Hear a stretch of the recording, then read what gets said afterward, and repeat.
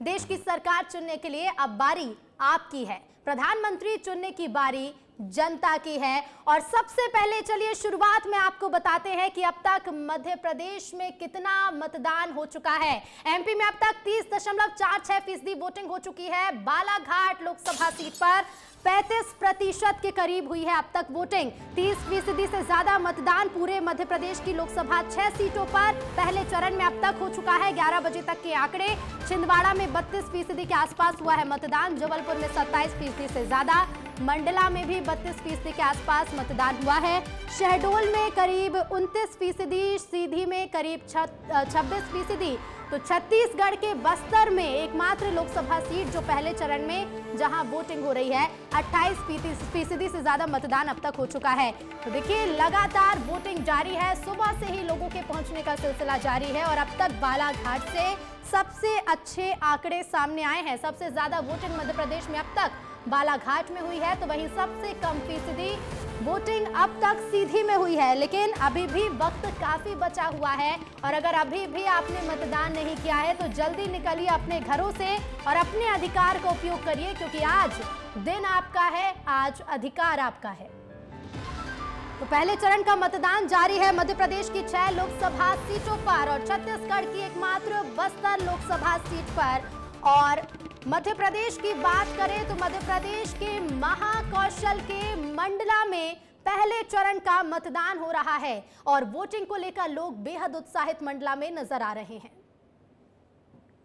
हम इस वक्त मौजूद हैं मंडला लोकसभा की बिछिया विधानसभा के बूथ क्रमांक 169 में। हमारे साथ कुछ यहाँ पर मतदाता मौजूद हैं, उनसे जानना चाहेंगे कि क्या स्थिति है और मतदान को लेके जनता का क्या रुख है। इस बार के लोकसभा चुनाव में ऐसा समझ में आ रहा है कि लोगों में उत्साह की कमी है।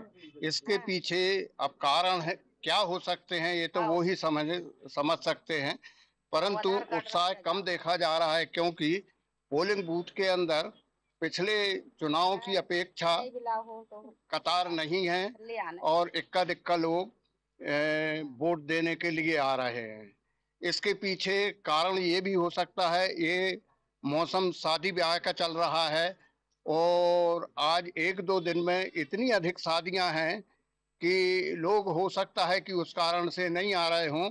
और तीसरा कारण ये भी हो सकता है कि गर्मी का मौसम भी चल रहा है, इसलिए हो सकता है कि दोपहर शाम के वो 3-4 बजे के बाद मतदाता निकले।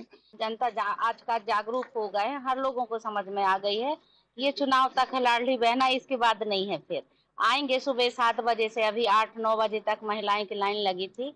अब इसके बाद काम काज है, सबका कई परेशानी है, घर में सियाने भी हैं कई लोगों के, उन लोगों का व्यवस्था करके फिर वो शाम तक आएंगे, लेकिन मतदान करेंगे।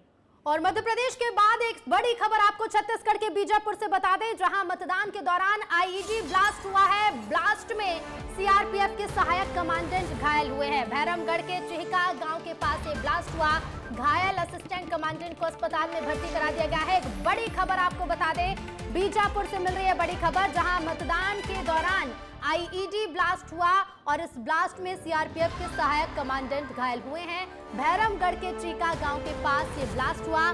फिलहाल ये जानकारी निकलकर सामने आ रही है कि घायल असिस्टेंट कमांडेंट को अस्पताल में इलाज के लिए भर्ती करा दिया गया है। वोटिंग एक और जारी है, लेकिन इसी बीच बीजापुर से ये बड़ी खबर भी सामने आई है। आईईडी ब्लास्ट हुआ है बीजापुर में मतदान के दौरान। और इसके पहले भी आपको बता दें कि छत्तीसगढ़ में जब मतदान हुए कई बार इस तरह की तस्वीरें देखने को मिली, नक्सलियों की करतूत देखने को मिली। आईईडी ब्लास्ट हुआ और एक बार फिर बीजापुर से ये तस्वीर सामने आई है। बीजापुर से बड़ी खबर भैरमगढ़ के चीका गांव में। और संवाददाता युकेश हमारे साथ ज्यादा जानकारी के लिए जुड़ गए हैं। युकेश, क्या जानकारी है आईईडी ब्लास्ट को लेकर? जी देखिएगा कि यहाँ पर जब कभी भी चुनाव का समय होता है, इसके पहले भी 2014 के चुनाव की बात कर लें या 2003 के चुनाव की बात कर लें, इसके पूर्व भी माओवादियों ने इस तरह की घटनाओं को अंजाम दिया है। जबकि 2019 के चुनाव के समय में जब लोकसभा चुनाव चले थे, उसमें जो मतदान कर्मी जो वापस आ रहे थे मतदान पेटियां लेकर के, उनके वाहन को उड़ा दिया गया था। उसमें 7 मतदान कर्मियों की मौत हो गई थी और इस बीच में तो ये खबर आज की खबर निकल कर आ रही, पहले सुबह एक खबर निकल कर आई थी यूबीजेड के एक्सीडेंट के फट जाने से जो है एक जवान घायल हो गया था। लेकिन एक और खबर यहाँ पर अभी निकल कर आई है कि माओवादियों के लगाए आईडी ब्लास्ट में सीआरपीएफ के सहायक कमांडेंट जो है घायल हो गए हैं और ये चीका गांव के पास ये चुनाव ड्यूटी पे लगे हुए और वहां पर जब ये ड्यूटी कर रहे थे तो वहां पर जो ब्लास्ट हुआ, एक आईडी ब्लास्ट हुआ, उसमें जो है ये घायल हो गए और उन्हें जो है इस समय भैरमगढ़ के अस्पताल में लाया गया है। और बहरहाल जब हमने यहाँ के बीजापुर के जो एसपी हैं जितेंद्र यादव, उनसे हमने संपर्क करा, बात करने की कोशिश करी, हालांकि उन्होंने पुष्टि नहीं करी, लेकिन उन्होंने एक बात ये कही है कि हम इसे दिखा रहे हैं और आपको बहुत जल्दी ही सूचना दी जाएगी। जी बिल्कुल युकेश, शुक्रिया आपका हमसे जुड़ने के लिए और जानकारी के लिए। तो देखिए ब्लास्ट हुआ और इसके साथ ही दूसरी ओर मतदान लगातार जारी है, जिसकी हर एक तस्वीर और अपडेट देना भी हमारे लिए बेहद जरूरी है। साथ ही चर्चा भी जारी रहेगी क्योंकि दावे कई बड़े हैं, विकास के मुद्दे और इसके साथ ही कई मुद्दे हैं। स्टूडियो से हमारे साथ कांग्रेस प्रवक्ता स्वदेश शर्मा जी लाइव जुड़ गए हैं, बीजेपी प्रवक्ता जुड़ गई हैं डॉक्टर वाणी अहलूवालिया। आप दोनों का ही स्वागत है विस्तार न्यूज पर। और सबसे पहले स्वदेश जी, आपका ओपनिंग रिएक्शन में लेना चाहूंगी। ढेरों शुभकामनाएं आपको, क्योंकि आज लोकतंत्र का महापर्व है। जो मेहनत की अब तक राजनीतिक दलों ने, आज उसके परिणाम के लिए फैसला होने जा रहा है। बिल्कुल ऋतु जी, ये लोकसभा का और मतलब ये समझिए चुनाव प्रजातंत्र के मंदिर का सबसे बड़ी संस्था का चुनाव है और इस चुनाव में हमारे देश में नीतियां बनेंगी, नीतियां जनता तक पहुंचेंगी, तो इसलिए ये किसी यज्ञ से कम नहीं है। और आज पहले फेज में 102 सीटों पर लोकसभा चुनाव हो रहा है, जिसमें 6 मध्य प्रदेश की शामिल है। और इन 6 मध्य प्रदेश की सीटों की अगर बात कर लें तो आज स्थिति बिल्कुल उलट है। जिस तरह से माननीय मोदी जी और भारतीय जनता पार्टी अब की बार 400 पार मध्य प्रदेश के नेता बोलते रहे, 29 की 29, तो मैं ये समझता हूँ कि चाहे छिंदवाड़ा हो, चाहे राजगढ़ हो, चाहे बालाघाट हो, कई सीटें ऐसी हैं, मैं ग्वालियर गिना दूं, गुना गिना दूं, मैं आपको सारी सीटें एक लाइन से गिना सकता हूं कि भारतीय जनता पार्टी मशक्कत में है। क्योंकि जमीनी हकीकत ये है कि जमीन पर कुछ मिला नहीं है, न 2 करोड़ रोजगार मिले, न हर व्यक्ति के खाते में 15 लाख रुपए आए, न किसानों की आय दोगुनी हुई, न किसान घर में बैठ के खुशहाली बना रहा है। किसान देश के बॉर्डर पर जाके दिल्ली की सीमा पर बॉर्डर के सिपाही की तरह अपने आंदोलन लगातार करता रहा पूरे 5 साल, लेकिन सरकार ने उसके लिए इतनी बड़ी बड़ी कीलें लगाई हैं जितनी मैं समझता हूं पाकिस्तान के बॉर्डर पर भी नहीं लगाई गई होंगी जितनी किसानों के लिए। तो किसान लामबंद हो चुका है, एकजुट हो चुका है। और आज का जो मध्य प्रदेश में चुनाव है, मैं समझता हूं कांग्रेस पार्टी राष्ट्रपिता महात्मा गांधी के पथ चिन्हों पर चलने वाली वो पार्टी है जो राष्ट्रपिता महात्मा गांधी सुबह जिनकी होती थी रघुपति राघव राजा राम, और शाम जब होती थी तो दलित और आदिवासियों की बस्ती में गुजारा करते थे। तो आदिवासियों की संरक्षण उनको देना, उनके लिए नीतियां बनाना, जल जंगल जमीन का अधिकार उनको दिलाना, ये सब कांग्रेस का काम रहा है। भाजपा उनके चेहरों पर पेशाब करती नजर आई है, उनको गर्त में धकेलती नजर आई है, उनकी बहनों पर अत्याचार करती नजर आई है। तो ये 6 सीटें और ये 102 सीटें अगर आप विश्लेषण करेंगे तो भाजपा बहुत पीछे नजर आ रही है, जबकि 2019 के चुनाव में भाजपा आगे थी, पर आज 50% से नीचे भाजपा है और इंडिया गठबंधन इससे आगे है। 5 सालों में ऐसा क्या कांग्रेस ने कर दिया है कि इस बार कांग्रेस को जनाधार मिलेगा? ये तो स्वदेश जी 4 जून के बाद ही स्पष्ट होगा। वाणी जी क्या कहना चाहेंगे? कई बड़े आरोप स्वदेश जी ने लगाए, खास तौर पर मध्य प्रदेश को लेकर। छिंदवाड़ा तो चुनौती है ही बीजेपी के लिए, लेकिन बाकी की 5 सीटों को लेकर क्या दावे हैं आपके? विस्तार के दर्शकों को मेरा नमस्कार। और भारी संख्या में मतदान करें, ऐसा आग्रह मैं जनता से करना चाहती हूँ। आपने अभी आंकड़े दिखाए हैं कि कितनी वोटिंग परसेंटेज हुई है ये 6 सीटों पे। ये साफ दर्शाता है कि लोग निकलकर अपने मत का उपयोग कर रहे हैं। पिछले विधानसभा चुनाव में भी हमने देखा था कि यहाँ एक क्लीन स्वीप थी। कांग्रेस ने अपने बहुत मनगढ़ंत कहानियां बताई थी, परंतु आप भी जानते हैं वास्तविकता सामने है कि पुरुषों और मातृशक्ति दोनों की जो वोटिंग परसेंटेज थी उसमें इजाफा हुआ था, और वो किसके पक्ष में हुआ था? भाजपा के। अब मैं मुद्दों की बात करती हूँ जो भाई साहब गिनवा रहे थे कि बेरोजगारी है। तो सबसे पहले तो दर्शकों को ये बताना चाहती हूँ कि हमारे जो एजुकेशन सिस्टम है उसमें हम जब कॉलेज जाते हैं हमारी उम्र होती है 18 वर्ष।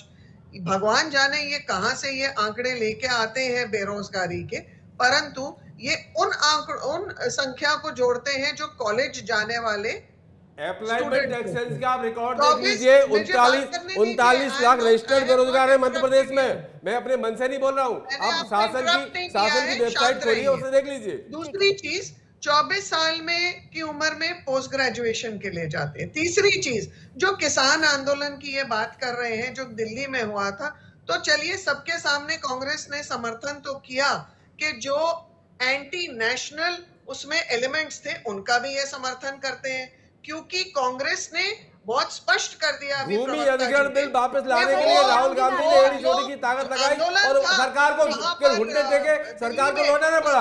3 काले कानून लेकर आए किसानों के खिलाफ, किसानों की मांग के चलते आपको घुटने टेकने पड़े और तीनों कानून वापस लाने पड़े। आपकी विफलता नहीं है तो क्या है? आप बोल रही हैं लेकिन आंकड़े के साथ बोलिए, सच्चाई के साथ बोलिए। विस्तार न्यूज एक विस्तार करने वाला मध्य प्रदेश छत्तीसगढ़ का एक बड़ा चैनल है, इस पर झूठ फरेब नहीं करेगा। ठीक है स्वदेशी विस्तार न्यूज तो विस्तार से आप दोनों के ही मुद्दे दर्शकों तक पहुंचा रहा है और इसीलिए मौका दिया गया है। लेकिन एक एक कर बात करिए। वाणी जी को बात रखने दीजिए, उसके पास स्वदेशी में आपके पास आऊंगी। वाणी जी अपनी बात रखिए। जी, और रही बात हमारे देश की, अभी वर्तमान में मोदी जी ने हमें एक अंतर्राष्ट्रीय मंच पर लाकर खड़ा किया है।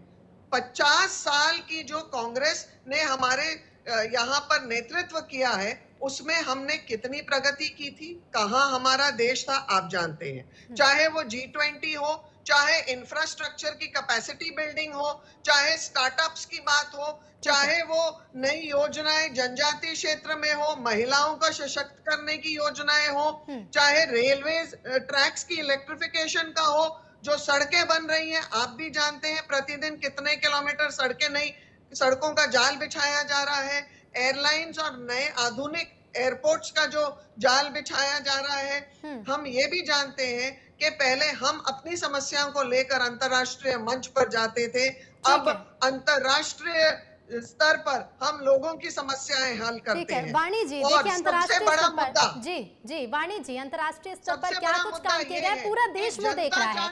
वाणी जी जो काम किए गए हैं देखिए जनता देख रही है, लेकिन जब हम देखते हैं छिंदवाड़ा की तस्वीरें, विवेक बंटी साहू जो प्रत्याशी हैं बीजेपी के, उनकी धर्मपत्नी से जब हमने बात की, उन्होंने कहा कि छिंदवाड़ा के गाँवों तक विकास नहीं पहुंचा है। इसके लिए किसे कसूरवार ठहराएंगी? कांग्रेस के सांसद थे, कांग्रेस के विधायक थे, इसलिए सड़क योजना वहां तक नहीं पहुंच रही है, या फिर बीजेपी केंद्र में है, बीजेपी राज्य में है, इसीलिए ग्रामीणों तक सड़क नहीं पहुंच पा रही है? वाणी जी छिंदवाड़ा को लेकर किस तरह की चुनौती देखनी है, क्योंकि विधानसभा चुनाव के परिणाम भी आपने देखे होंगे।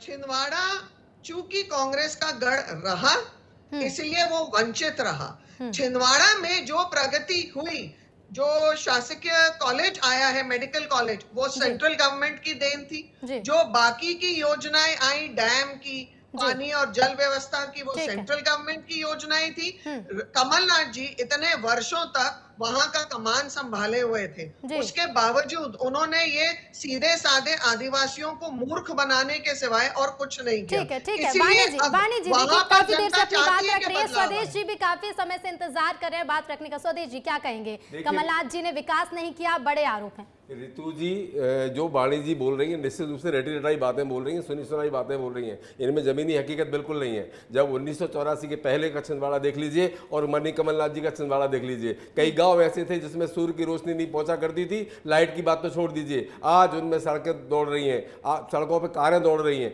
आज मल्टीनेशनल कंपनियों की बात करें तो जाल बिछ गया है छिंदवाड़ा में। छिंदवाड़ा को इस तरह से जाना जाता था कि नागपुर के पास वाला छिंदवाड़ा, अब छिंदवाड़ा को छिंदवाड़ा की पहचान से जाना जाता है और पूरे देश में जाना जाता है। छिंदवाड़ा की अगर बात करें तो कमलनाथ जी का छिंदवाड़ा परिवार है, और परिवार नहीं होता तो जिस महापौर को आपने बरगला करके भाजपा में शामिल किया था, आज वो कांग्रेस को वोट डालने की अपील कर रहे हैं। इसका सबसे बड़ा स्वदेश इस पर भी रिएक्शन लेंगे, लेकिन ये भी जानना जरूरी है कि परिवार जो है जनता का छिंदवाड़ा को लेकर जो आप दावे कर रहे हैं, ये परिवार पूरे मध्य प्रदेश में कैसे फैलेगा? लौटूंगी मैं, आप दोनों से चर्चा जारी रहेगी, लेकिन मंडला की बात कर लेते हैं। मंडला में भी पहले चरण का मतदान हो रहा है और वोटिंग को लेकर लोगों में बेहद उत्साह नजर आ रहा है। मतदाताओं से बात की है हमारे सहयोगी प्रफुल्ल तिवारी ने, सुनिए आप भी। हम इस वक्त मौजूद हैं मंडला लोकसभा के बिछिया विधानसभा के बूथ क्रमांक 169 में। हमारे साथ कुछ यहाँ पर मतदाता मौजूद हैं, उनसे जानना चाहेंगे कि क्या स्थिति है और मतदान को लेके जनता का क्या रुख है? इस बार के लोकसभा चुनाव में ऐसा समझ में आ रहा है कि लोगों में उत्साह की कमी है। इसके पीछे अब कारण है क्या हो सकते हैं, ये तो वो ही समझ सकते हैं, परंतु उत्साह कम देखा जा रहा है क्योंकि पोलिंग बूथ के अंदर पिछले चुनाव की अपेक्षा कतार नहीं है और इक्का दिक्का लोग वोट देने के लिए आ रहे हैं। इसके पीछे कारण ये भी हो सकता है, ये मौसम शादी ब्याह का चल रहा है और आज 1-2 दिन में इतनी अधिक शादियां हैं कि लोग हो सकता है कि उस कारण से नहीं आ रहे हों। और तीसरा कारण ये भी हो सकता है कि गर्मी का मौसम भी चल रहा है, इसलिए हो सकता है कि दोपहर शाम के वो 3-4 बजे के बाद मतदाता निकले।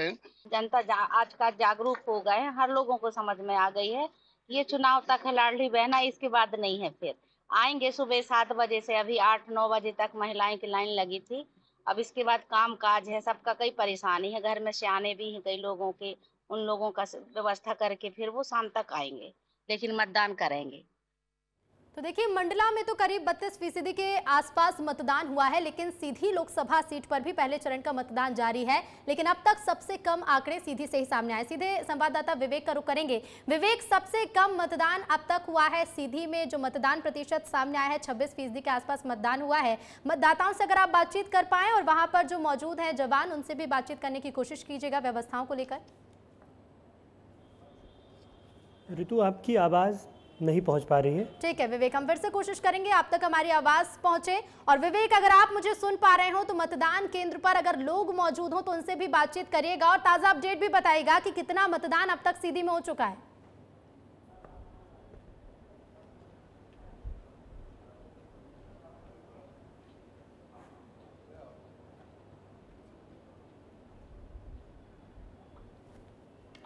चलिए विवेक, सुन पा रहे हैं आप मुझे?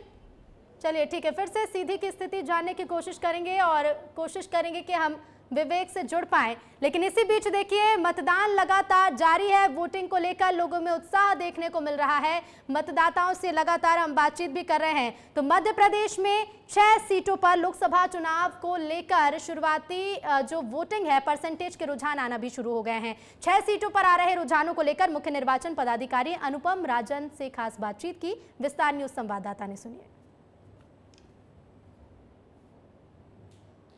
मध्य प्रदेश लोकसभा में 6 सीटों पर मतदान जारी है और हमारे साथ बातचीत करने के लिए मुख्य निर्वाचन पदाधिकारी हैं अनुपम राजन। सर, मध्य प्रदेश में पहले फेज में इलेक्शन शुरू हो गए हैं, क्या शुरुआती रुझान देखने के लिए आया है, क्या वोटिंग परसेंटेज अभी निकल के सामने आया है?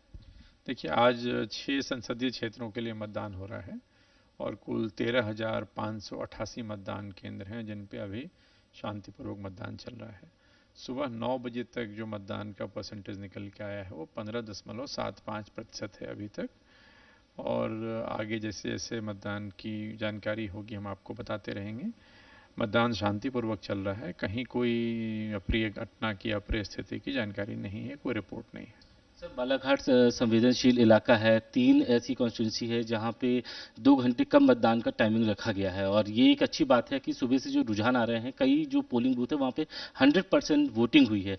तो यहाँ पे क्या क्रिटिकल कंडीशन अगर होती है तो यहाँ पे कुछ रेस्क्यू के लिए हेलीकॉप्टर वगैरह इन सब की क्या व्यवस्था की गई है? नहीं, बालाघाट में जो 3 विधानसभाएं हैं, परसवाड़ा, लांजी और बैहर, ये तीनों नक्सल प्रभावित हैं। यहाँ पे मतदान का टाइम सभी जगह 6 बजे तक है, यहाँ 4 बजे तक रखा गया है। लेकिन अच्छी बात यही है कि मतदान का परसेंटेज यहाँ विधानसभा के दौरान भी काफ़ी अच्छा था, 80% से ज़्यादा वोटिंग थी, कई जगहों पे 86% वोटिंग थी। और इस बार भी अभी तक यदि हम देखें तो सबसे ज़्यादा जो मतदान हुआ है वो बैहर में ही हुआ है सुबह 9 बजे तक। जहाँ तक सवाल है अतिरिक्त व्यवस्थाओं का, तो बालाघाट में सेंट्रल फोर्सेस की पर्याप्त व्यवस्था की गई है मतदान केंद्रों पर। इसके अतिरिक्त जबलपुर में एक एयर एम्बुलेंस स्टेशन किया हुआ है और बालाघाट जिला मुख्यालय पे हेलीकॉप्टर की व्यवस्था है, ताकि कभी भी यदि कोई अप्रिय स्थिति होती है तो तत्काल उसमें हम लोग रिएक्ट कर सकें और सुविधा मुहैया करा सकें। एमपी में जो अभी वोटिंग चल रही है, आप लोगों ने टारगेट किया कि 100% वोटिंग हो और कई जगहों पे जानकारी निकल के आ रही है, कुछ लोगों ने ग्रामीण स्तर पर बहिष्कार वगैरह किया। तो यहाँ पे क्या लोकल आप लोगों ने बातचीत की है? जैसे शहडोल में बात आ रही है कि बाघ की वजह से या कुछ और जानकारी निकल के सामने है, तो इस पर कुछ आपने लोकल आरओज या उन अधिकारियों से बातचीत की है? सर, देखिए, प्रयास ये है कि अधिक से अधिक लोग मतदान करें। अपनी तरफ से हम लोग लगातार ये प्रयास करते रहे हैं और जन जागरूकता के लिए तमाम कार्यक्रम भी किए हैं। जहाँ तक सवाल है बहिष्कार की, कुछ जगहों पे कुछ स्थानीय मुद्दे हैं जिसके कारण ग्रामीण जनों ने ऐसी एक घोषणा की है कि वो वोट नहीं करेंगे। वहाँ तत्काल हमारे जो स्थानीय अधिकारी हैं वो जाते हैं, उनसे बात करते हैं और उनको कन्विंस करने का प्रयास करते हैं, समझाइश देते हैं। जहाँ तक शहडोल वाली बात है, बाघ की मूवमेंट की घटना की जानकारी में है, कलेक्टर से बात हुई है, फॉरेस्ट डिपार्टमेंट के लोग ऑलरेडी वो गाँव में गए हैं और ग्रामीणों से चर्चा कर रहे हैं। मेरा मानना है कि समझाइश के बाद वो भी मतदान के लिए तैयार हो जाना चाहिए उन्हें भी। तो ये माना जाए कि इस बार बिल्कुल। तो देखिए, आप सुन रहे थे मुख्य निर्वाचन पदाधिकारी को, क्या कुछ तैयारियां किस तरह से की गई। सीधे रुक करेंगे, संवाददाता विवेक तिवारी हमारे साथ सीधी से जुड़ गए हैं। विवेक, क्या अपडेट सीधी के मतदान को लेकर, कितने फीसदी मतदान अब तक हो चुका है, और लोगों से भी बातचीत करने की कोशिश करिएगा विवेक। तो मैं आपको बता दूं कि अभी सीधी संसदीय सीट पर लगभग 26.03 का मतदान हो चुका है। जो ये प्रतिशत सामने आ रहा है जो बहुत कम माना जा रहा है। अन्य प्रदेश में या कहें कि प्रदेश के अन्य जिलों की अपेक्षा सीधी का मतदान प्रतिशत थोड़ा कम रहा, और इसका जो प्रमुख कारण है वो ये है कि सुबह जिस तरह लोगों की कतार लगी थी, लोगों की भीड़ लगी थी, वो धीरे धीरे कम होना शुरू हो गई क्योंकि धूप बढ़ी जैसे। दूसरा, शादियों का सीजन है, शादियों में शामिल होने के लिए लोग अपने रिश्तेदारों के यहाँ या दूर दूर गए हुए हैं। जैसे हम लोगों से बात की, लोग आए जब मतदान के लिए तो उन्होंने कहा कि हमारे घर के कुछ लोग शादियों में शामिल होने के लिए कहीं और गए हुए हैं। एक प्रमुख कारण ये कहा जा सकता है। और एक कारण मतदान प्रतिशत कम होने का सीधी संसदीय सीट में एक प्रमुख कारण ये है कि इस समय फसलों की कटाई का समय चल रहा है। बहुत सारे ग्रामीण के अंचल के लोग फसलों की कटाई में शामिल होने के लिए गए हुए हैं। जैसे इस वक्त हम मौजूद हैं कुचवाही, यह पोलिंग बूथ है सीधी संसदीय सीट का, और सीधी के नज़दीक एक गांव है जहां पर वोटिंग परसेंटेज कम हुआ है। और प्रमुख कारण जो यहाँ के लोग बता रहे हैं, सीधी वो जगह है जहां अब तक सबसे कम मतदान हुआ है। और इसके साथ ही मुद्दों पर भी हम लगातार बातचीत कर रहे हैं कि किन मुद्दों को लेकर जनता के बीच में प्रतिनिधि पहुंच रहे थे और किन मुद्दों को लेकर प्रत्याशी पहुंच रहे थे। वाणी जी, आपसे मैं पूछना चाहूंगी, विक्रम आहाके महापौर जो कि अभी लगभग 15 दिन पहले ही बीजेपी में शामिल हुए, आज मतदान के दिन एक वीडियो जारी करते हैं, एक बड़ा बयान देते हैं। क्या लगता है, क्या इसका खामियाजा बीजेपी को भुगतना पड़ेगा आज? देखिए, ये जितने भी कांग्रेस से भाजपा में शामिल हुए हैं पिछले कुछ दिनों में, वो इसलिए हुए हैं क्योंकि वो विचारधारा से जुड़ना चाहते हैं। उनकी बौखलाहट कांग्रेस पार्टी में इसलिए थी क्योंकि वहां पर कार्यकर्ताओं का सम्मान नहीं है जी। ये भाजपा एक कैडर बेस्ड पार्टी है, ऐसा कैडर कांग्रेस पार्टी में नहीं है। दूसरी चीज, ये तो खुद नकुलनाथ के चुने हुए और पसंदीदा व्यक्ति थे, तो कुछ इन जाहिर है कोई बहुत बड़ा कारण ही हुआ होगा जो वो अपनी पार्टी छोड़कर। इसका जवाब दीजिए ना कि 15 दिन में ऐसा क्या हो गया कि विक्रम आहाके जो पार्टी छोड़कर बीजेपी में शामिल होते हैं और वीडियो जारी कर ये कहते हैं कि अनदेखी की जा रही है और आप कांग्रेस को वोट दीजिए, मैं कमलनाथ जी का ही साथ दूंगा। इसका जवाब दीजिए ना वाणी जी। 15 दिन में कांग्रेस से शामिल हुए नेता ऐसा क्या देख लेते हैं बीजेपी में? ये प्रेशर टैक्टिक्स होते हैं। और कमलनाथ जी तो इतने वर्षों में, 40 वर्षों में हम सब देख चुके हैं कि प्रेशर टैक्टिक्स कोई नई रणनीति नहीं है उनकी।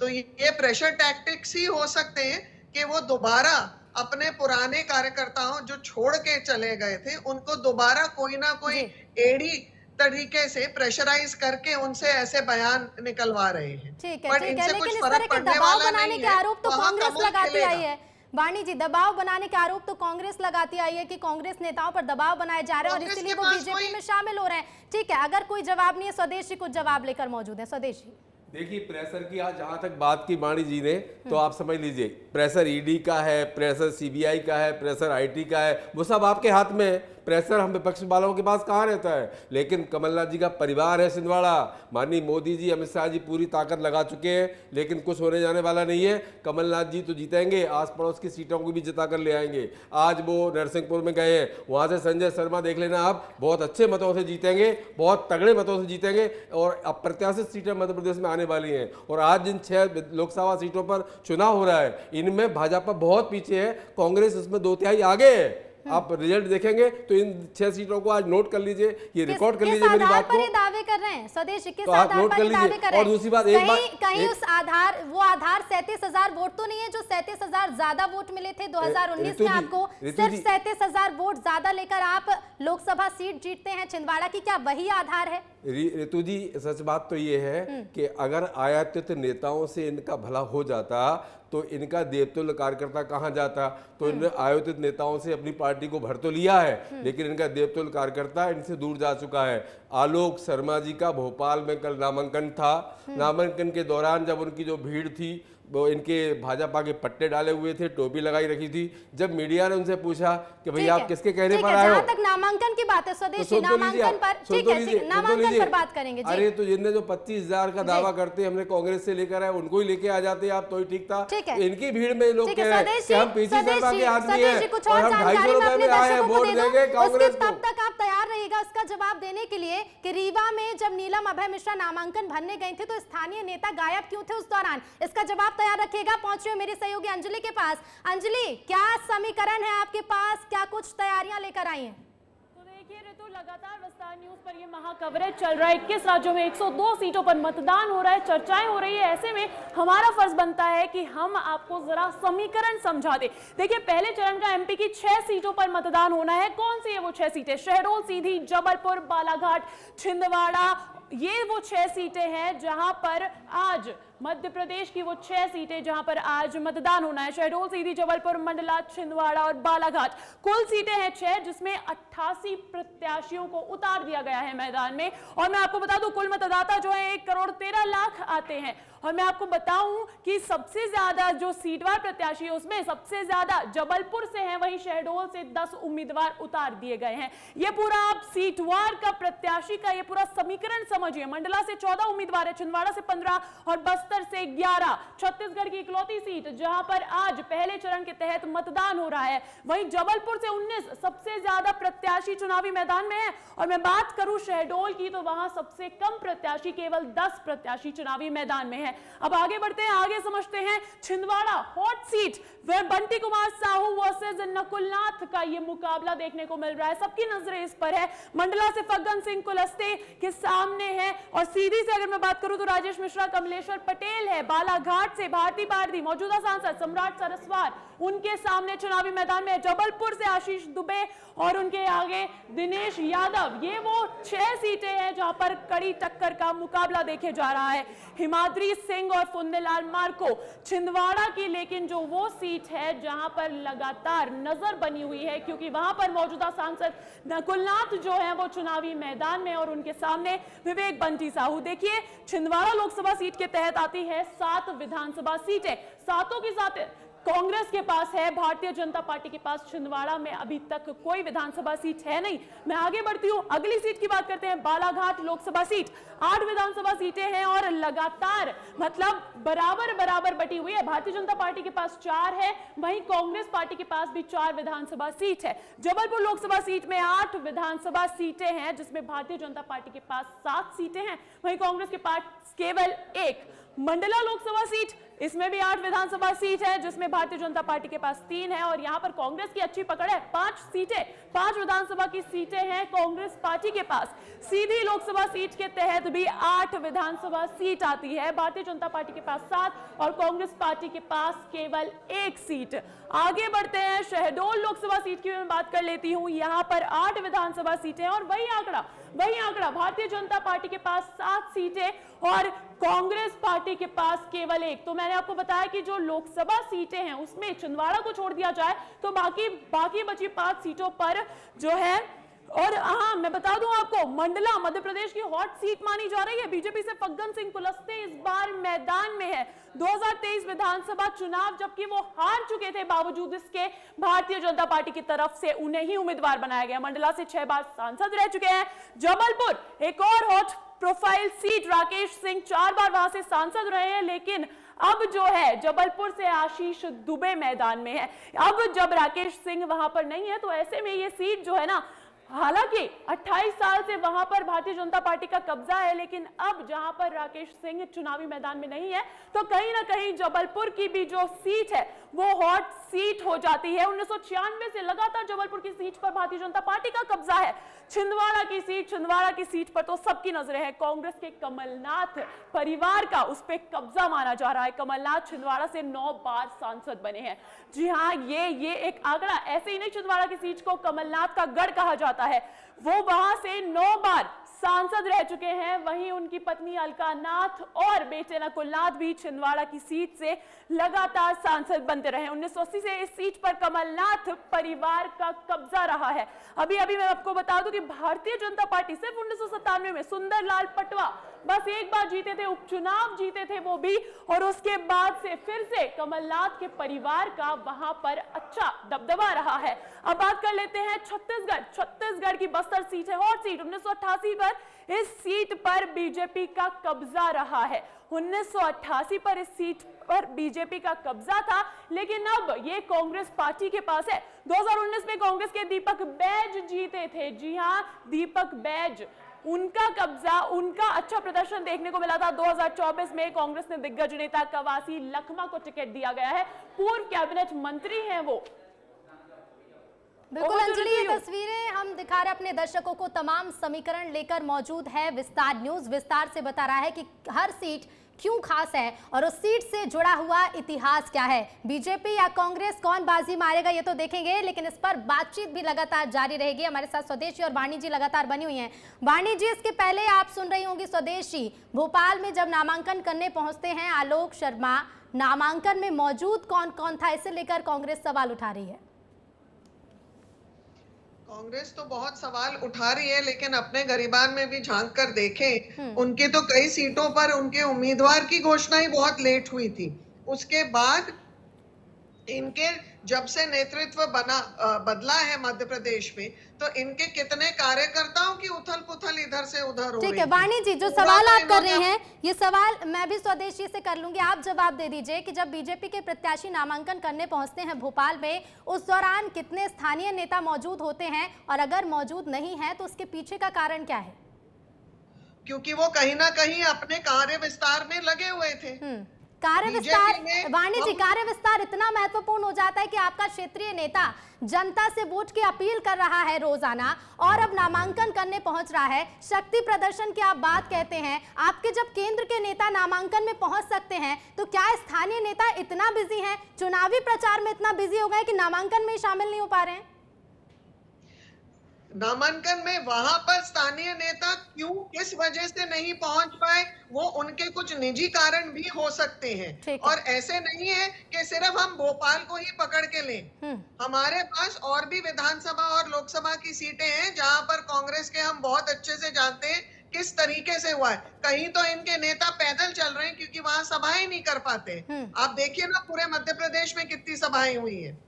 ठीक है, सभाओं पर भी जी जुड़े हैं इनके साथ। जी बिल्कुल, और ये भी वजह हो सकती है वाणी जी, आप जो कह रही हैं कि जो नेता बिजी थे उनके निजी कारण हो सकते हैं। जो तस्वीरें लेकिन बीते दिनों सामने आई, तो वजह हम ये भी मान लें कि छिंदवाड़ा पर फोकस इतना ज्यादा कर दिया है बीजेपी ने कि दूसरी सीटों पर चैलेंज बनता जा रहा है और दूसरी सीटें कहीं ना छूट जाएं। इसका जवाब कांग्रेस से ले लेते हैं। स्वदेशी, जब रीवा में नामांकन दर्ज करने पहुंचती है नीलम अभय मिश्रा, तब रीवा के स्थानीय नेता ही गायब होते हैं, मौजूदा पार्षद भी वहां से गायब होते हैं, उस समय पर मौजूद नहीं रहते। तो जब बीजेपी पर आप आरोप लगाते हैं, तो कांग्रेस के गिरेबान में झांककर कब देखेंगे सर?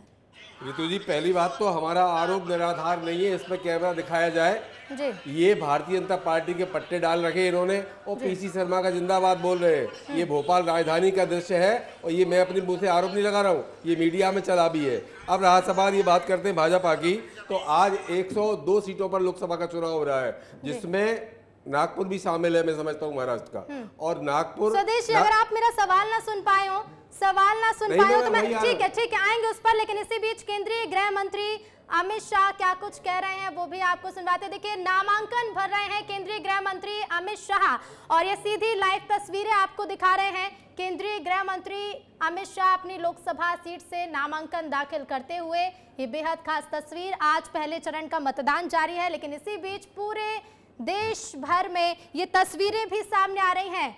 गांधीनगर से नामांकन भरते हुए केंद्रीय गृह मंत्री और गांधीनगर के अब बीजेपी प्रत्याशी कहलाएंगे अमित शाह। घोषणा पहले ही हो चुकी है, लेकिन अब ये नामांकन की प्रक्रिया, अमित शाह दाखिल कर रहे हैं नामांकन। ये तस्वीरें सीधी लाइव आप देख रहे हैं और इसके साथ ही आपको बता दें, गांधीनगर से लाइव तस्वीरें आपको दिखा रहे हैं। पहले चरण का मतदान एक और जारी है, तो वहीं जो प्रक्रिया शुरू हुई है नामांकन की तीसरे चरण के लिए, और ऐसे में नामांकन की प्रक्रिया भी पूरे देश भर में चल रही है। जिन लोकसभा सीटों पर आगे चलकर मतदान होना है, कई जगह पर नामांकन भरे जा चुके हैं और आज केंद्रीय गृह मंत्री अमित शाह जो चुनावी कमान संभाले हुए हैं और मध्य प्रदेश, छत्तीसगढ़ के साथ साथ देश के अन्य राज्यों में लगातार पहुंच रहे हैं, दौरे कर रहे हैं, प्रत्याशियों की जीत का जिम्मा संभाले हुए हैं। लेकिन इसी बीच गांधीनगर से आ रही है ये तस्वीर सामने, जहां अपनी जीत सुनिश्चित करने के पहले और कई बड़े दावों के साथ आज नामांकन दाखिल कर रहे हैं केंद्रीय गृह मंत्री अमित शाह। और अब गांधीनगर से प्रत्याशी, कहिए बीजेपी प्रत्याशी अमित शाह, जो कि नामांकन दाखिल कर रहे हैं। तो गांधीनगर से बीजेपी की ओर से मैदान में है अमित शाह और नामांकन दाखिल करते हुए आपको नजर आ रहे होंगे। और ये सीधी लाइव तस्वीरें देखिए, साथ में बीजेपी के और कई बड़े नेता मौजूद हैं। और ये देखिए गांधीनगर से सीधी लाइव तस्वीरें तो आपको दिखा रहे थे, लेकिन इसी बीच मध्य प्रदेश और छत्तीसगढ़ में मतदान लगातार जारी है। बात छत्तीसगढ़ की करें तो छत्तीसगढ़ के डिप्टी सीएम विजय शर्मा ने बयान दिया और कहा कि बस्तर में अच्छा मतदान लोकतंत्र के लिए अच्छा संकेत है। तो बस्तर से जो आंकड़े सामने आ रहे हैं मतदान के, उसे लेकर डिप्टी सीएम विजय शर्मा का कहना है कि बस्तर में अच्छा मतदान लोकतंत्र के लिए अच्छा संकेत है। इसके साथ ही उन्होंने कहा कि हमारे वीर जवानों की बहादुरी के कारण मत प्रतिशत बढ़ा है। बीजेपी प्रत्याशी महेश कश्यप की जीत का उन्होंने दावा भी किया। आज बस्तर में पहले चरण का मतदान है। बस्तर लोकसभा क्षेत्र के सभी मतदाता साथियों से मैं विनम्र अपील करता हूं कि हर हाल में मतदान करें। मतदान हमारे बस्तर लोकसभा में भी 100% पहुंचना चाहिए। सभी माताओं बहनों को मतदान करना चाहिए, सभी साथियों को मतदान करना चाहिए। लोकतंत्र की मजबूती के लिए ये आवश्यक है, बस्तर में काली छाया को दूर करने के लिए आवश्यक। और ये देखिए तस्वीरें आपको दिखा रहे थे, लेकिन इसी बीच एक बार फिर से आपको गांधीनगर से ये तस्वीरें दिखाते हैं। अमित शाह नामांकन भरते हुए नजर आ रहे हैं। तीसरे चरण का मतदान होना है 7 मई को और इसी बीच मुख्यमंत्री की मौजूदगी में गांधीनगर सीट से नामांकन भर रहे हैं केंद्रीय गृह मंत्री अमित शाह और साथ में मौजूद हैं गुजरात के सीएम। और ये सीधी लाइव तस्वीरें आपको हम गांधीनगर से दिखा रहे हैं। जो प्रक्रिया होती है नामांकन भरने की, उस प्रक्रिया को पूरी करते हुए अमित शाह आपको इन तस्वीरों में नजर आ रहे होंगे। तो 7 मई को तीसरे चरण की वोटिंग होनी है, जिसके लिए 12 अप्रैल से प्रक्रिया शुरू हुई है। और इसके साथ ही आपको बता दें, जिला निर्वाचन अधिकारी के समक्ष पेश करनी होती है वो जानकारी नामांकन के समय, और वही जानकारी अभी, और ये देख सकते हैं आप तस्वीरें, केंद्रीय गृह मंत्री अमित शाह का नामांकन, गांधीनगर सीट से नामांकन भर रहे हैं अमित शाह। 7 मई को गांधीनगर में वोटिंग होगी। साथ में मौजूद हैं केंद्रीय गृह मंत्री के साथ साथ गांधीनगर में वोटिंग के लिए, आपको बता दें 7 मई का वो दिन होगा। और गुजरात के सीएम भूपेंद्र पटेल भी साथ में मौजूद हैं। ये तस्वीरें आप देख सकते हो। उस प्रक्रिया को पूरा करते हुए अमित शाह आपको नजर आ रहे होंगे। इसके पहले चुनावी कमान संभालते हुए आप उन्हें तस्वीरों में देखते थे जब चुनावी दौरे कर रहे थे, रणनीतियां बना रहे थे। लेकिन इसी बीच गांधीनगर, जो उनका जहां से लोकसभा प्रत्याशी अमित शाह, और गांधीनगर लोकसभा सीट से नामांकन दाखिल करने के लिए अमित शाह पहुंचे हैं। ये प्रक्रिया आप देख सकते हैं, नामांकन भरते हुए गृह मंत्री अमित शाह आपको नजर आ रहे होंगे। गुजरात के मुख्यमंत्री भी साथ में मौजूद हैं और ये देख सकते हैं कि सिग्नेचर कर वो फॉर्म उन्होंने जिला निर्वाचन अधिकारी को दे दिया है, नामांकन पत्र। और सीधी लाइव तस्वीरें विस्तार न्यूज पर अब गांधीनगर से देख रहे हैं। तो गुजरात के मुख्यमंत्री भी मौजूद हैं और ये लाइव तस्वीरें आप देखिए जिला निर्वाचन कार्यालय से, जहां नामांकन की प्रक्रिया पूरी हो चुकी है। और अब गांधीनगर से बीजेपी प्रत्याशी और केंद्रीय गृह मंत्री अमित शाह, गुजरात के मुख्यमंत्री भूपेंद्र पटेल की मौजूदगी में नामांकन दाखिल करने के बाद रवाना हो चुके हैं। गांधीनगर सीट से नामांकन भरा है अमित शाह ने। केंद्रीय गृह मंत्री और गांधीनगर से बीजेपी प्रत्याशी अमित शाह ने नामांकन भर दिया है और इस दौरान मौजूद रहे गुजरात के मुख्यमंत्री भूपेंद्र पटेल जी और गांधीनगर सीट से नामांकन भरते हुए सीधी लाइव तस्वीरें भी विस्तार न्यूज ने आपको दिखाई। आपने तस्वीरें देखी, पूरी प्रक्रिया पूरी की और उसके बाद अब कार्यालय से रवाना हो चुके हैं।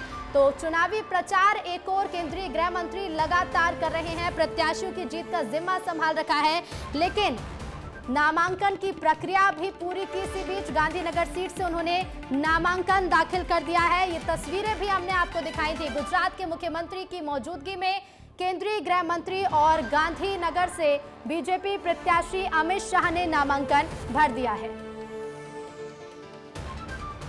तो ये देखिए, एक बार फिर से ये तस्वीरें आपको दिखाते हैं। गांधीनगर से तस्वीरें आप देख रहे हैं। कई बीजेपी के नेता इस दौरान मौजूद रहे, साथ ही गुजरात के मुख्यमंत्री भी, और इसी बीच गांधीनगर सीट से अमित शाह ने नामांकन दाखिल कर दिया है।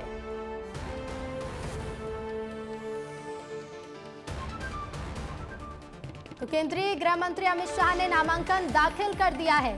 गांधीनगर सीट से उन्होंने नामांकन भरा है और इसके साथ ही आपको बता दें, देखिए गुजरात के गांधीनगर से सीधी लाइव तस्वीरें आपको दिखा रहे थे, जहां बीजेपी प्रत्याशी और केंद्रीय गृह मंत्री ने नामांकन दाखिल किया। अब बात करें छत्तीसगढ़ की, क्योंकि छत्तीसगढ़ में पहले चरण की वोटिंग हो रही है बस्तर सीट पर और इसी बीच छत्तीसगढ़ के पूर्व सीएम रमन सिंह ने लोगों से अपील की है, ज्यादा से ज्यादा संख्या में लोग वोट डालें, अपील की है और उन्होंने कहा कि लोकतंत्र के महापर्व में आप सभी हिस्सा लीजिए। क्या कुछ कहा है, सुनवाते हैं। प्रजातंत्र का महापर्व ये चुनाव अनिश्चित रूप से देश की संभावनाओं को लेकर आया है। आज 19 तारीख को सुबह 7 बजे से लेकर 3 बजे तक प्रथम चरण में बस्तर में मतदान होना है। मैं सभी मतदाता भाइयों से प्रार्थना करता हूं कि ज़्यादा से ज़्यादा मतदान में हिस्सा लें। युवा और ख़ास तौर से फर्स्ट टाइम वोटर ऐसे यूथ से भी अपील करता हूं कि आप इस प्रजातंत्र के महायज्ञ में जुड़ रहे हैं, पहली बार आप आ रहे हैं, देश के भविष्य के लिए आप भी सजग होकर मतदान करें और ज़्यादा से ज़्यादा संख्या में लोग मतदान के लिए निकलें, यही मेरा आग्रह। और इधर गोटे गांव में ट्रांसजेंडर लवली नायक ने मतदान किया। उन्होंने लोगों से भी लोकतंत्र के महापर्व में सहभागिता की अपील की है। मेरा नाम लवली नायक है, मैं गोटे गांव से हूँ। मैंने अपना मतदान दे दिया। आप लोग भी जाएं और अपना मतदान अवश्य देकर आएं। और चलिए, चर्चा लगातार जारी है विस्तार न्यूज पर और चर्चा को एक बार फिर से शुरू करते हैं। स्वदेश जी हमारे साथ बने हुए हैं। स्वदेश जी, जब तस्वीरें हम दिखा रहे थे गांधीनगर से, उसके पहले मेरा सवाल था आपका रीवा लोकसभा सीट को लेकर कि नीलम अभय मिश्रा जब पहुंचती हैं तो स्थानीय पार्षद क्यों मौजूद नहीं रहते? मैं उसी पर आ रहा था। भोपाल से ये सिलसिला शुरू हुआ। भोपाल की बात होने के बाद अब मैंने बात शुरू की। भारतीय जनता पार्टी का रिमोट कंट्रोल आरएसएस के हाथ में है और आरएसएस का मुख्यालय है नागपुर। नागपुर की सीट नितिन गडकरी की फंसी हुई है बहुत बुरी तरह से। कुल मिला के भारतीय जनता पार्टी पसोपेश में है। यहाँ ये स्थिति है कि इनका जो ऊपर लेवल का लीडर है, फर्स्ट रो का जो लीडर है, उनमें आपस में इतनी खटास है और इनका जो गठबंधन है, गठबंधन भी वैचारिक नहीं है, ये एक समझौता है। ये एक ईडी सीबीआई और आईटी की भय का गठबंधन है। ये गठबंधन कहीं ना कहीं नुकसान पहुंचा रहा है। अभी हमने देखा नीतीश पटेल जी प्रधानमंत्री जी की सभाओं में नहीं जा रहे हैं। उनसे ये कहा गया कि भाई आप पहले नहीं बोलेंगे, जबकि प्रोटोकॉल कहता है पहले मुख्यमंत्री बोलेगा, लास्ट में प्रधानमंत्री बोलेंगे। लेकिन मुख्यमंत्री जब बोल रहा था तो वो अपने कार्यकाल में किए गए कार्यों को बोल रहा था, प्रधानमंत्री को अच्छा नहीं लग रहा था, तो प्रधानमंत्री ने कहा भाई आप मेरी सभा में नहीं रहेंगे, मैं अकेला रहूंगा। कुल मिला के इनके यहाँ इतनी आपाधापी मची हुई है, ये परेशानी के दौर से गुजर रहे हैं। माननीय प्रधानमंत्री महोदय विदेश जाके बोलते मुझे हिंदुस्तान के 600 करोड़ लोगों ने चुना है। ये सबने सुना, पूरे विश्व ने सुना है। 600 करोड़ लोगों ने चुना है, जबकि यहाँ की आबादी 140 करोड़ है। कुल मिला के अब बोलने लगे 400 पार करना देने लगे, तो ये इनका मुंह है, ये कुछ भी बोल सकते हैं। रीवा पर कब आएंगे? तो रीवा पर मैं बता तो रहा हूँ, तो मैं इनकी तरह नहीं कहूंगा कि हम 29 की 29 स्वीप कर रहे हैं। हम ये जरूर कहेंगे कि 14-15 सीटें मध्य प्रदेश में कांग्रेस जीतने जा रही है और भारतीय जनता पार्टी। इस आधार पर क्या, इस आधार पर कि 37,000 वोट का अंतर रहता है? 2019 में छिंदवाड़ा इकलौती सीट जो आपको हासिल हुई, उस सीट पर इतना कम वोटों का अंतर, और क्या आधार ये है, क्या आधार ये है कि स्थानीय नेता ही आपके प्रत्याशी से नाराज होते हैं? लौटूंगी मैं आपके पास। केंद्रीय गृह मंत्री अमित शाह क्या कुछ कह रहे हैं नामांकन दाखिल करने के बाद, सुनवाते हैं आपको। इंचार्ज के साथ मैंने लोकसभा के लिए मेरा नामांकन गांधीनगर सीट से भरा है। मेरे लिए एक बड़ा गौरव का विषय है कि जिस सीट पर से इसी क्षेत्र का प्रतिनिधित्व श्रद्धेय अडवाणी जी ने किया, श्रद्धेय अटल जी ने किया, और जिस सीट पर स्वयं नरेंद्र मोदी जी मतदाता है, उस सीट को प्रतिनिधित्व करने का मौका मुझे भारतीय जनता पार्टी ने दिया है। मैं इसी सीट पर से 30 साल से विधायक सांसद रहा हूं। यहीं मैं बहुत छोटे से एक बूथ के कार्यकर्ता से संसद तक पहुंचा हूं। अपार प्रेम इस क्षेत्र की जनता ने मुझे दिया है, और मोदी जी के नेतृत्व में पहले मुख्यमंत्री नाते और बाद में प्रधानमंत्री नाते इस क्षेत्र में भारतीय जनता पार्टी की सरकारों ने ढेर सारे काम किए। सिर्फ इस 5 साल के अंदर 22,000 करोड़ से ज्यादा डेवलपमेंट के काम गांधीनगर लोकसभा क्षेत्र में हुए हैं। मुझे बड़ा संतोष है। इस क्षेत्र की जनता ने जब भी मैं पार्टी के लिए, मेरे स्वयं के लिए वोट मांगने आया, मुझे बड़े चाव से, बड़े मन से आशीर्वाद दिया है, और हमेशा मजबूत बहुमत के साथ चुनाव में जीता है। इस बार का चुनाव प्रधानमंत्री नरेंद्र भाई को तीसरी बार प्रधानमंत्री बनाने का चुनाव है। मैं गांधीनगर की जनता को अपील करना चाहता हूं कि मोदी जी ने देश को सुरक्षित किया है, देश को समृद्ध किया है, और 80 करोड़ से ज्यादा गरीबों के जीवन में नए उत्साह और नई आशा को पुनर्जीवित करने का काम नरेंद्र मोदी जी ने किया है।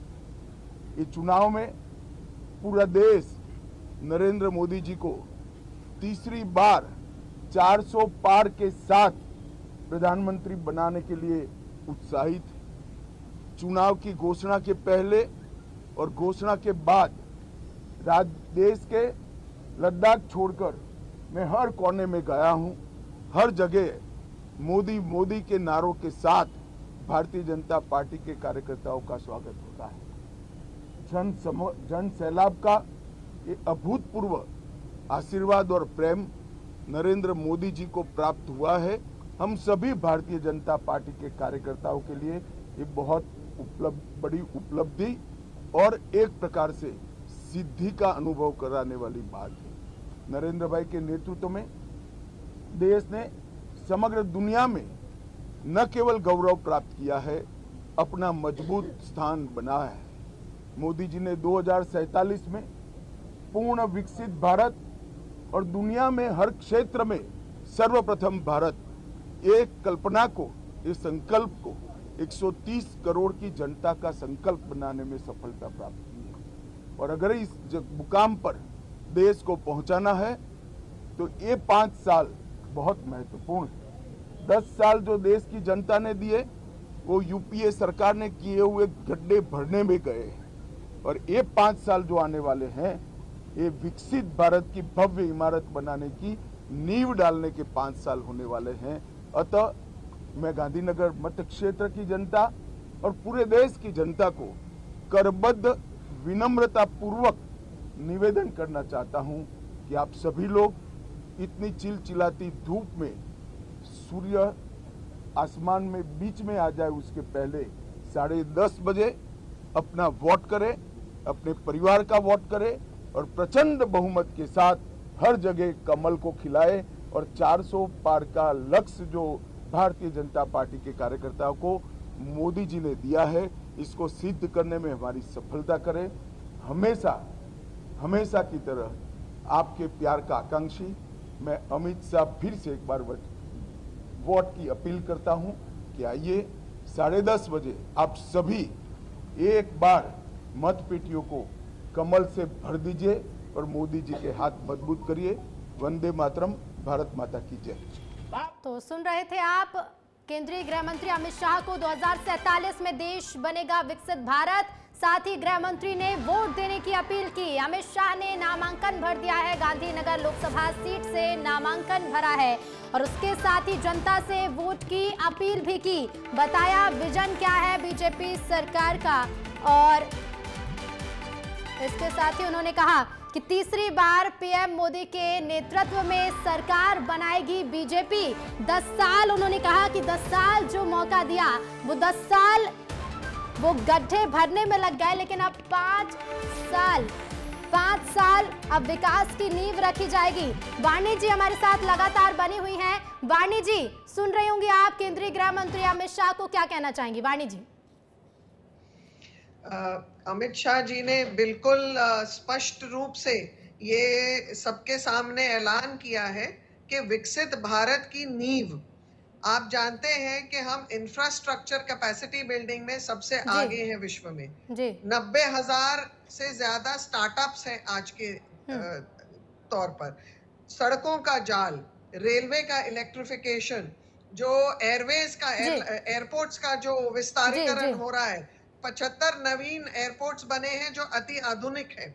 इसके अलावा हम एक्सपोर्ट्स, डिफेंस, ठीक है वाणी जी, ये वही बातें आप कह रही हैं जो तमाम बीजेपी के सभाओं में केंद्र के नेताओं की ओर से सुनी जाती है। स्वदेश जी आप क्या कहना चाहेंगे? छोटा सा रिएक्शन दीजिए। देखिए वाणी जी ने वही बात पहले कही, वही दोबारा कही, वही तिबारा कही। मैं कहता हूँ नई बात यह है कि माननीय गृह मंत्री जी ने कहा कि हम समृद्ध किया हमने 10 साल में देश को, तो देश को नहीं किया। हर जिले में 5 स्टार नुमा भाजपा का दफ्तर बनाया। ये दफ्तर पैसों के बिना नहीं बनता। पैसे कहां से आए? ईडी सीबीआई ने छापा डलवाया उद्योगपतियों पर और ये जो इलेक्ट्रल बॉन्ड खरीदे गए उसके माध्यम से भाजपा का पेट भरा। और भाजपा ने कोरोना में भी अवसर तलाशा था, जब पूरा देश मर रहा था ऑक्सीजन के लिए और रेमडेसिविर इंजेक्शन के लिए और वैक्सीनेशन के लिए, तब आप अवसर तलाश रहे थे भ्रष्टाचार का। और आपने वैक्सीनेशन की कंपनी से चंदा लिया, चंदे का धंधा खोला आपने।